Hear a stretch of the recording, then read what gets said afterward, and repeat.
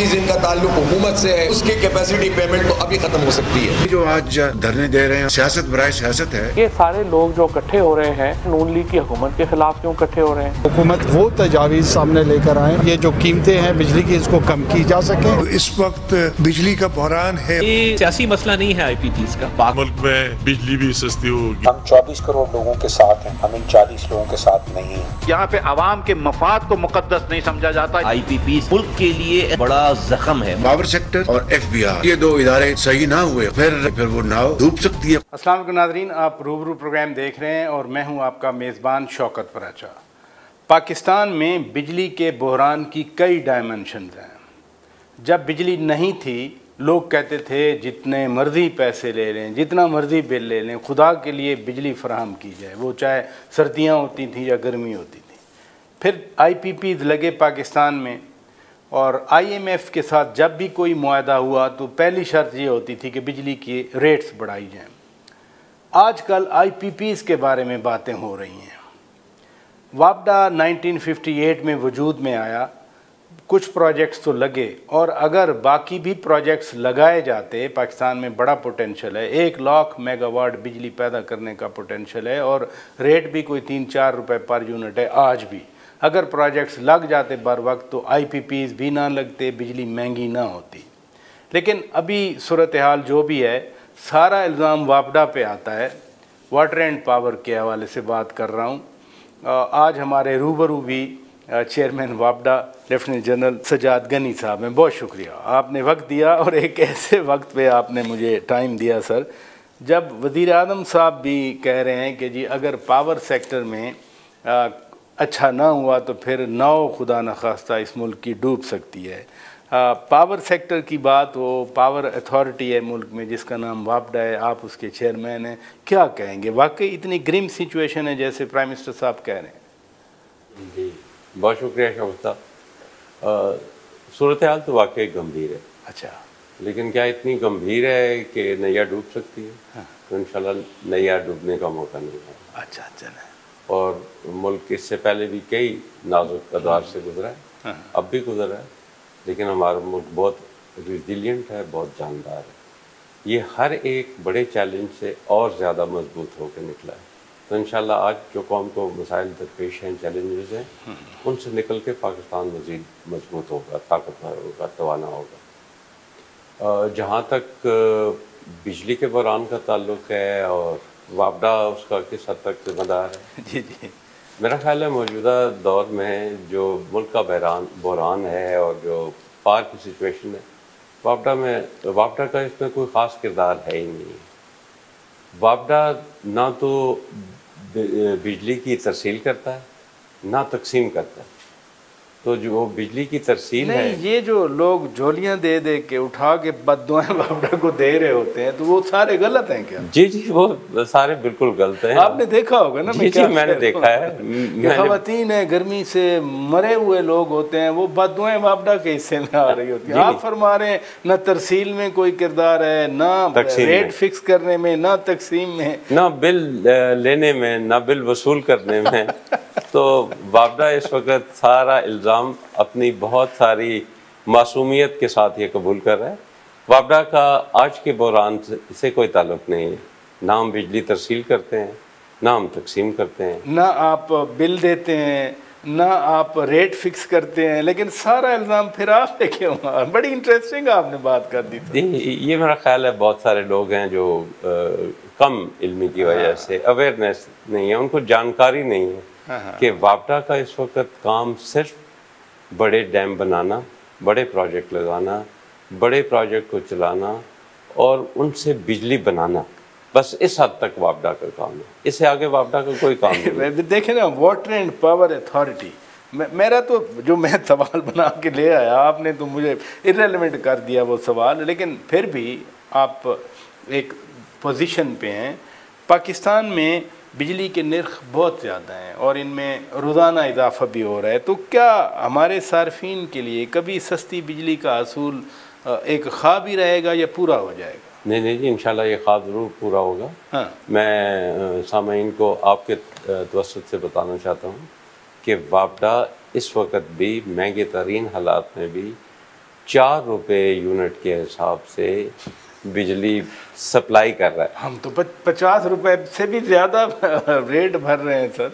तो इसमें फिर मैं आपसे ये अर्ज़ करता चलूँ कि कुछ मसाइल तरसील में है यानी ट्रांसमिशन में है और कुछ तकसीम कारी में है यानी डिस्ट्रीब्यूशन में। ठीक है। इसमें कुछ इनएफिशिएंसी है, कुछ चोरी है और कुछ हमारी IPPs के ऊपर डिपेंडेंस है यानी हमारी IPPs के ऊपर पाकिस्तान का इन्हिसार है। पाकिस्तान का इन्हिसार हाइड्रो पावर यानी पन बिजली पे होना चाहिए और बदकिस्मती से पन बिजली सिर्फ इस वक्त मुल्क को 25% ज़रूरियात पूरी कर रही है और इसमें कमी की बुनियादी वजह है कि हमने 40 साल ज़ाया कर दिए। जो आखिरी बड़ा डैम बना था वो तरबेला था, वो 70s में बना और अब दयामिर भाषा और मोहम्मद डैम बन रहे हैं। मैं डैम्स पे आ जाता हूँ लेकिन IPPs का आपने ख़ुद भी जिक्र कर दिया। IPPs के बारे में आजकल बड़ी बातें की जा रही हैं, लोग अपने शदीद तहफ़्फ़ुज़ात का इज़हार कर रहे हैं। आपकी इस बारे में क्या राय है? क्या हुकूमत के पास इतनी जगह है, रूम है, हुकूमत के पास इतना अख्तियार है कि IPPs के साथ मुआहदे उनके नज़रसानी की जा सके? ये मेरा ख्याल है हर किसी मुआहदे में नज़रसानी की ज़रूर गुंजाइश होती है। अच्छा। कोई भी दुनिया में ऐसा मुआहदा नहीं होता जो वाटर टाइट होता, तो गुंजाइश तो ज़रूर है बशर्ते कि both sides of the signatory यानी दोनों पार्टियाँ इस बात के ऊपर मुत्तफ़िक हों कि हमें हालात तकाज़ा करते हैं कि हमें नज़रसानी करनी चाहिए। और मेरा ख्याल है इस वक्त मुल्क के हालात मुतकाज़ी हैं कि इनके ऊपर नज़रसानी की जाए और अगर किसी ऐसी सूरत में ये नज़रसानी IPPs की तरफ से मुमकिन नहीं है तो मेरा ये राय होगी और ये मेरा मशवरा होगा कि आने वाले चंद सालों में हुकूमत पाकिस्तान को इनमें से महंगी IPPs खुद ख़रीद लेनी चाहिए। ये जो एक आर्ग्यूमेंट दिया जाता है IPPs के हवाले से, आपने फरमाया कि इनबिल्ट होता है रिव्यू का कोई ना कोई क्लॉज, एग्रीमेंट जो भी हो। कहा जाता है कि जी गवर्नमेंट ऑफ पाकिस्तान की सॉवरन गारंटीज़ हैं, तो अगर हमने बैक ट्रैक किया या कोई और अरेंजमेंट की तरफ गए तो फिर इंटरनेशनली हमारे लिए मसाइल बन जाएंगे, इन्वेस्टर यहाँ से चले जाएंगे। इस तनाजुर में आप क्या कहते हैं? देखिए, एक आम सा मुआशी असूल है कि आप कर्जदार की ज़िंदगी की दुआ करते हैं जी जी कि वो ज़िंदा रहेगा, सेहतमंद रहेगा, कमाता रहेगा तो पैसे वापस करेगा। जी जी। IPPs को ये बावर करने की ज़रूरत है कि अगर पाकिस्तान में कैपेसिटी होगी तो आपके जो मुनाफा जाते हैं वो अदा किए जा सकते हैं, अगर नहीं होगी तो फिर कैसे? आपने पाकिस्तान की कैपेसिटी की बात की, सारा मसला कैपेसिटी चार्जेस का है कि बिजली वो ना प्रोड्यूस करें, हुकूमत पाकिस्तान ना ले, आगे कंज्यूमर तक ना जाए, बट पैसे हुकूमत ने कैपेसिटी चार्जेस के पूरे देने हैं।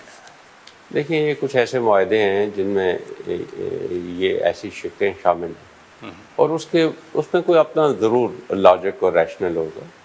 जो एक आम रैशनल है, आम फहम रैशनल है, वो मैं समझाने की कोशिश करता हूँ। वो ये है कि आप किसी पावर प्रोड्यूसर के साथ मुआहदा करते हैं कि आप 1000 मेगावाट बनाएंगे, लेकिन लेंगे हम आपसे हमारे अपनी मर्ज़ी के मुताबिक 100 लेंगे, 200 लेंगे, 400 लेंगे, तो वो शायद उस वक़्त काफ़ी उसको मुश्किल हो इस तरह का प्रोजेक्ट लगाने में।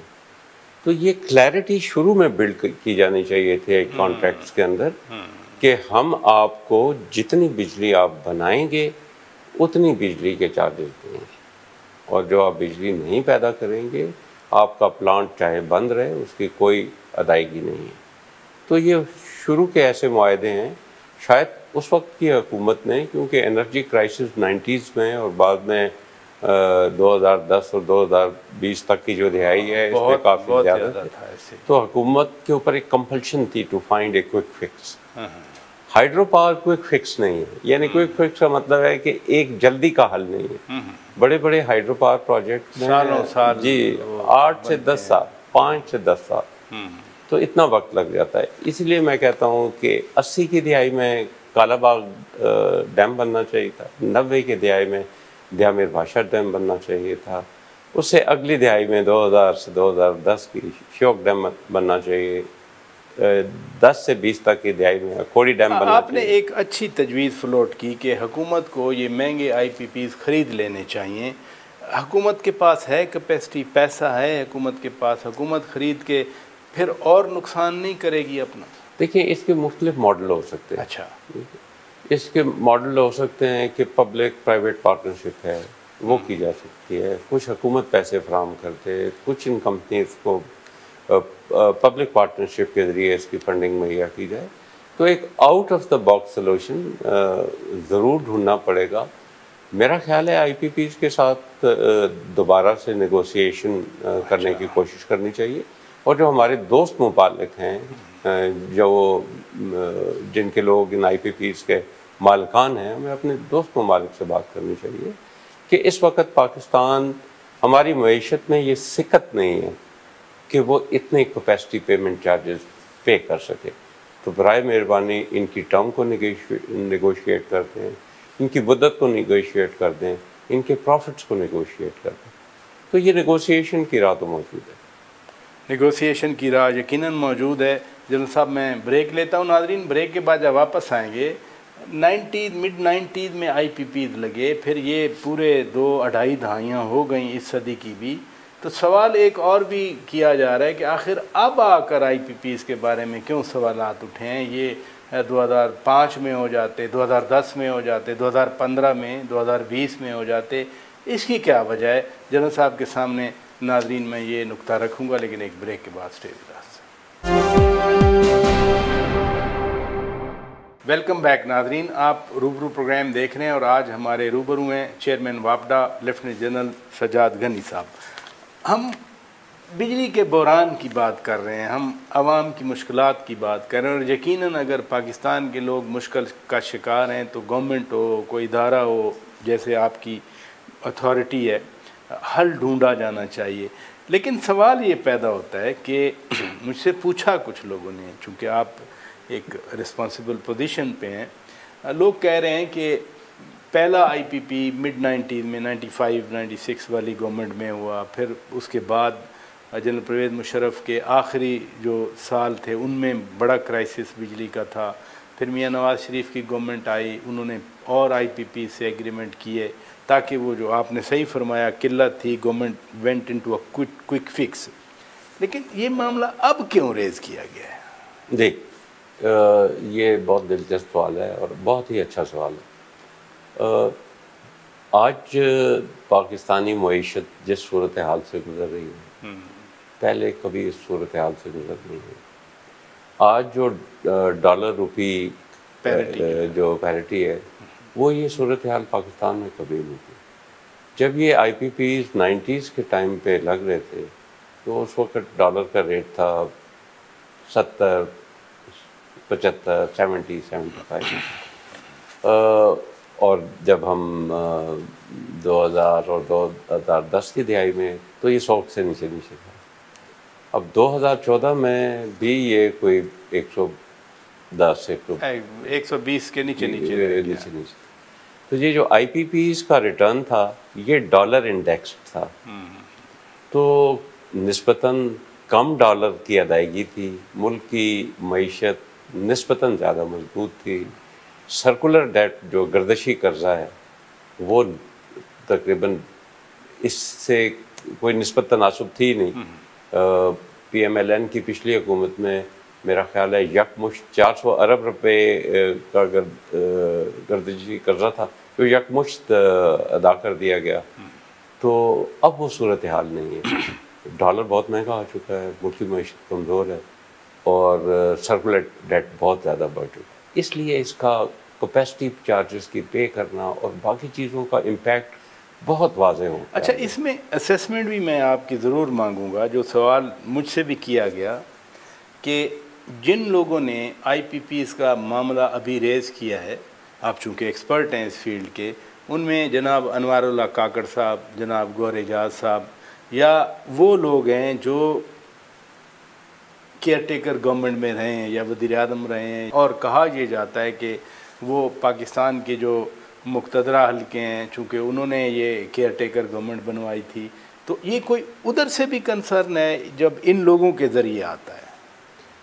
देखें, जो अफवाज पाकिस्तान है वो उनके सर पे मुल्क की सलामती की जिम्मेदारी है, रियासत की सलामती की जिम्मेदारी है। और जब आप रियासत की सलामती की बात करें तो उसके मुख्तलिफ ज़ाविये हैं, जिसमें माशी हालात, मुल्क की मईशत, अंदरूनी खतरात, बैरूनी खतरात, ये सारी चीज़ें शामिल हैं।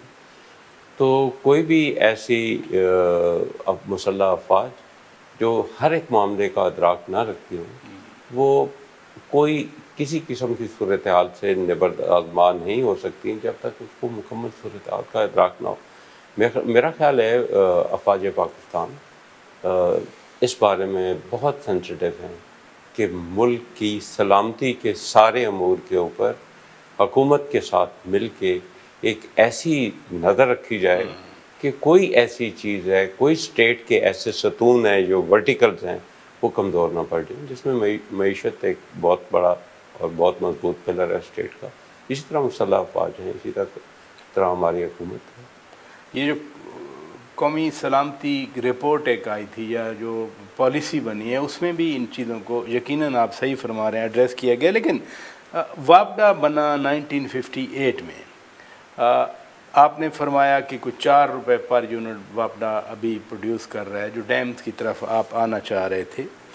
लेकिन बिजली की तरसील है या बिजली की डिस्ट्रीब्यूशन है टू द कंज्यूमर्स, उस हवाले से अगर बिजली पहले से ज़्यादा बनाई जाती और ये तरसील का निज़ाम, डिस्ट्रीब्यूशन का निज़ाम अच्छा रहता, जिसमें ये सर्कुलर डेट या पावर सेक्टर का जो क्राइसिस है, तो चलें डैम की हद तक तो आप रेलेवेंट है ना, ये डैम क्यों नहीं बनाए गए सर?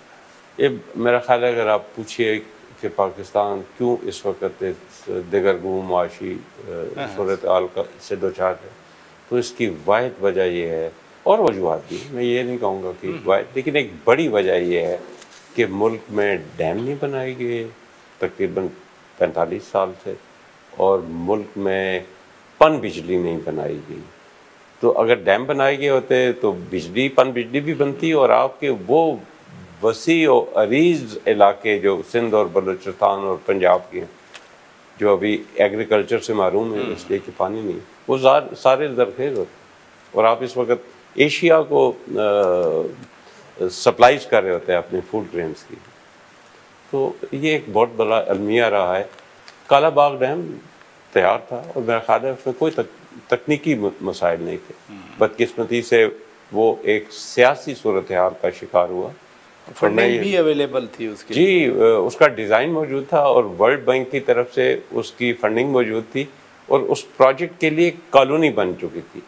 और मैं समझता हूँ आज भी Kala Bagh is the most economically viable and buildable dam. अभी बन सकता है, यानी जो जब तक वो जो पॉलिटिकल, आपने खुद कहा कि सियासत का शिकार हो गया, जब तक पॉलिटिकल एक्टर्स एग्री नहीं करेंगे कैसे बनेंगे? जी, असल में पॉलिटिकल एक्टर्स को अब वन पेज पे लाना बहुत आसान हो गया। वो क्यों आसान हो गया? 2022 में एक ऐसा सैलाब पाकिस्तान में आया जो अनप्रेसिडेंटेड था। अब ऐसे सैलाब में क्या हुआ?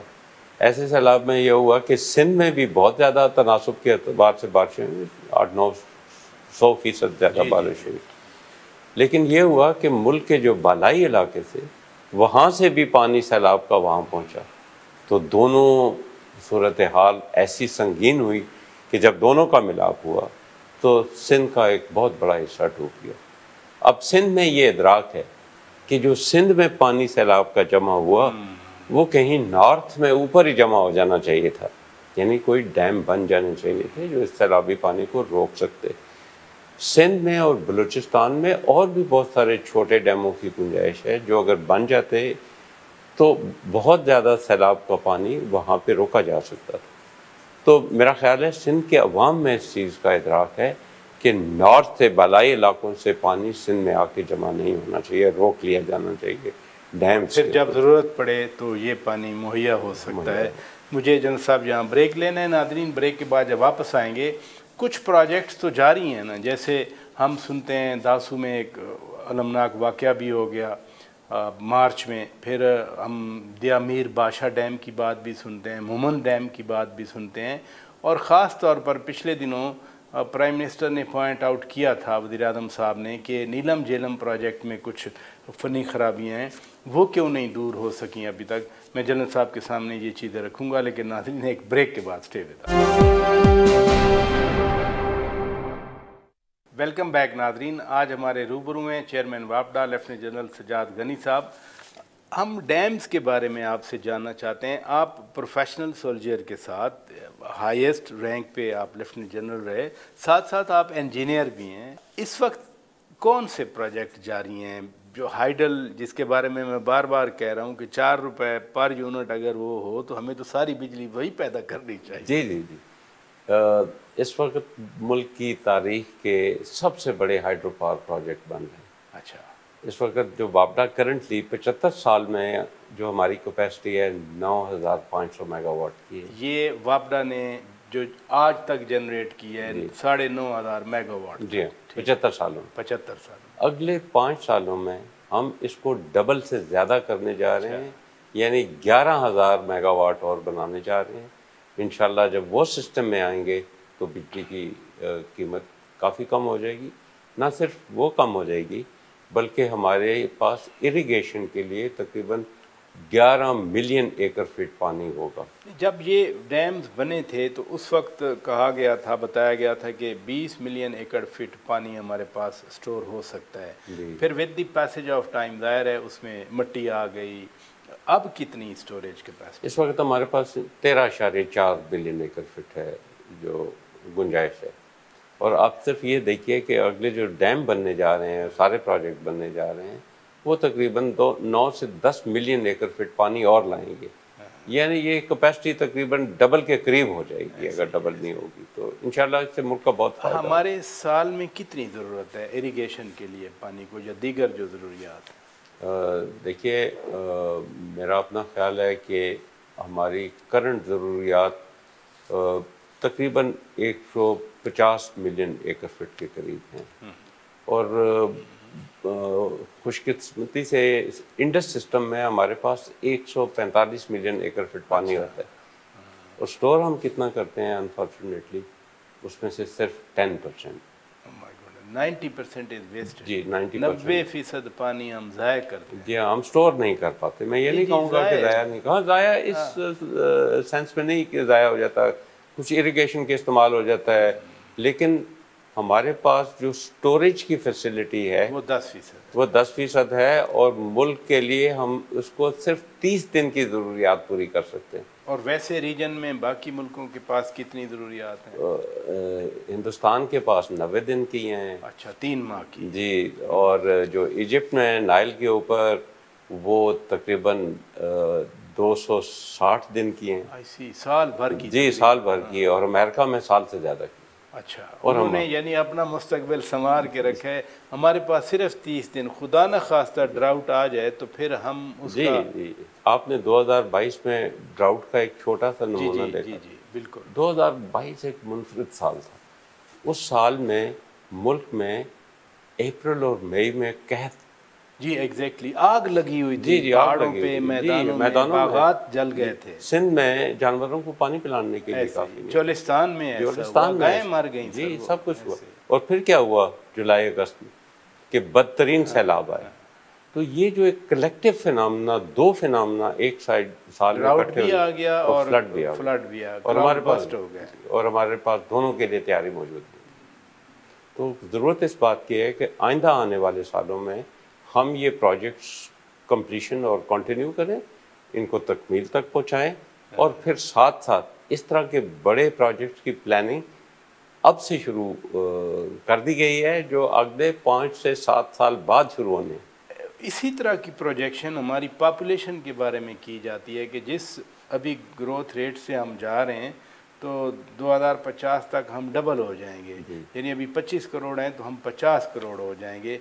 बिजली आप बता रहे हैं कि डबल हो जाएगी, लेकिन ये बता दें कि जैसे मोहम्मद डैम आपका प्रोजेक्ट है, 800 मेगावाट बिजली है, ये मेगावाट कितने लोगों के लिए पूरा आता है? मसलन लाहौर के लिए बड़ा शहर है, या Karachi for example 30 million people हैं, कितने मेगावाट पूरा आ सकता है लाहौर के लिए या कराची के लिए?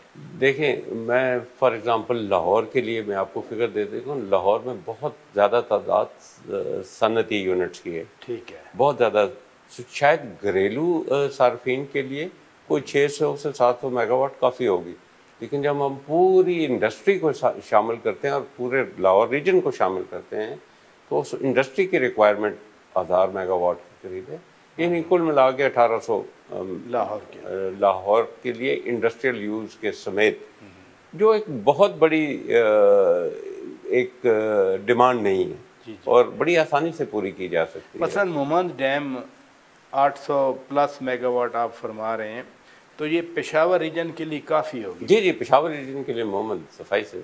फिर जैसे पेशावर में ये जो रॉयट्स हो जाते हैं, लोग सड़कों पे आ जाते हैं, या कुछ MPAs हम देखते हैं, कुछ अरकान पार्लियामेंट वो डिस्ट्रीब्यूशन कंपनीज़ के ऑफिस में चले जाते हैं, ये बंद हो जाएगा? जी, ये हाई फ्लो सीजन है, जबकि पानी दस्तयाब हो। हमारे पास एक जो लिमिटेशन है वापडा की, वो ये है कि जो डैम्स के अंदर पानी का ज़ख़ीरा किया जाता है उसकी अव्वलीन तरजीह ज़राअत की है और पन बिजली की पैदावार की सानवी हैसियत है। तो अगर इरिगेशन के लिए पानी रिक्वायर होगा, ज़रूरत होगी और वो छोड़ा जाएगा फिर बिजली, तो उससे बिजली बनेगी। तो ये दो तरह के रिक्वायरमेंट्स हैं जिसको बैलेंस करके तवाज़ुन में इरसा और बाकी सूबे मिल के करते हैं। ये KP की बात हो रही है। KP बार बार कहता है कि जी जो है ना वो नेट हाइडल प्रॉफिट में हमारी अदायगी करनी है और वापडा ने नहीं की। आपने कितने पैसे देने हैं KP के? एक तो ये भी एक वो बात है जो गलत आम है, वापडा ने KP के कोई पैसे नहीं देने। चीफ मिनिस्टर साहब कह रहे होते हैं कि हम वफाक से अपना हक छीनेंगे, हम मांगेंगे नहीं, तो वापडा ने नहीं देने? नहीं, वापडा ने नहीं देने जी। ये पेमेंट करनी होती है। एक पाकिस्तान में इदारा है जिसको कहते हैं सेंट्रल पावर परचेज एजेंसी। ठीक है। या बिजली की या तवानाई की खरीदारी के लिए एक सेंट्रल क्लियरिंग हाउस है। यही बिजली की खरीदारी और उसके वाजिबात और बाकी चीज़ों को एजेंसी के तौर के ऊपर हैंडल करता है। अच्छा, जो नेट हाइडल प्रॉफिट है वही ये लोग हैंडल करते हैं और जितनी वाजिबात हैं वो वापडा को भेज देते हैं, वापडा आगे भेज देते हैं। यानी वापडा के लिए ये पास थ्रू आइटम है। CPPAG हमें 3 अरब रुपए देगा, अच्छा, KP के लिए हम आगे भेज देंगे। आपने नहीं देने? हमने नहीं देने। वाटर एंड पावर अथॉरिटी ने कोई पैसा नहीं देना? खैबर पख्तूनख्वा नहीं, हमारा तो ताल्लुक ही नहीं है इससे। इस वक्त तो खैबर पख्तूनख्वा के जो वाजिबात हैं जो CPPAG ने देने हैं वो हैं तकरीबन 34 अरब रुपए। अच्छा, तो उसमें से जिस तरीके से वो KP के लिए पैसे देते हैं साथ हमें बता देते हैं कि ये KP के हुकूमत को देते हैं। यानी बहुत ज़्यादा तो नहीं है। टोटल अगर 34 अरब रुपए हाइडल नेट प्रॉफिट की, नेट हाइडल प्रॉफिट जो उनका खालिस मुनाफा बनता है आबी वसाइल, 34 अरब हैं, आपने नहीं देने, गवर्नमेंट की और एजेंसी ने देने। और एजेंसी। अब हमने डैम्स की बात की, वाटर के भी आप इंचार्ज हैं और आप खुद भी इंजीनियर हैं माशाल्लाह। माय लास्ट क्वेश्चन सर, ये जो नीलम झेलम प्रोजेक्ट में फनी खराबी आई, ये क्यों आई और दूर क्यों नहीं की जा सकी? जी, नीलम झेलम प्रोजेक्ट में एक फनी खराबी आई 2022 में। ठीक है। जब उसकी टेल रेस टनल का कुछ हिस्सा गिर गया, यानी जो जहाँ ये छतर के करीब दरिया झेलम में गिरता है वहाँ टनल कुछ बंद हो गई। जी, आप ये समझिए कि 3 हिस्से होते हैं। ठीक है। एक जहाँ पानी ज़ख़ीरा किया जाता है, ठीक है। एक जहाँ टनल्स के ज़रिए पावर हाउस तक पानी लाया जाता है, ठीक है, और एक पावर हाउस से बिजली पैदा करने के बाद पानी वापस दरिया में डाला जाता है। तो ये 2022 में पावर हाउस के बाद जो दरिया में पानी डालने वाली टनल थी उसका कुछ हिस्सा, कोई 42 मीटर हिस्सा गिरा। ठीक है, ठीक है। उसको 1 साल के अंदर वापडा ने दोबारा तामीर कर। ठीक है। अब जो डैम से पावर हाउस तक टनल है, जो तकरीबन 50 किलोमीटर का लंबा टनल सिस्टम है, उसमें कुछ हिस्सा गिरा है और ये एक वीक हिस्सा था जिसकी दौरान तामीर निशानदेही हो चुकी थी 2015 में कि ये वीक हिस्सा है। उस हिस्से को कुछ वजूहात की वजह से, जिसके लिए अब एक कमेटी बना दी गई है वज़ीर आज़म की हिदायत के ऊपर, वो इस मामले को देख रही है कि इस वक्त इस टनल सिस्टम को इतना मजबूत डिज़ाइन और बिल्ड क्यों नहीं किया गया कि वो किसी भी सूरत हाल से निपटने के लिए तैयार रहे।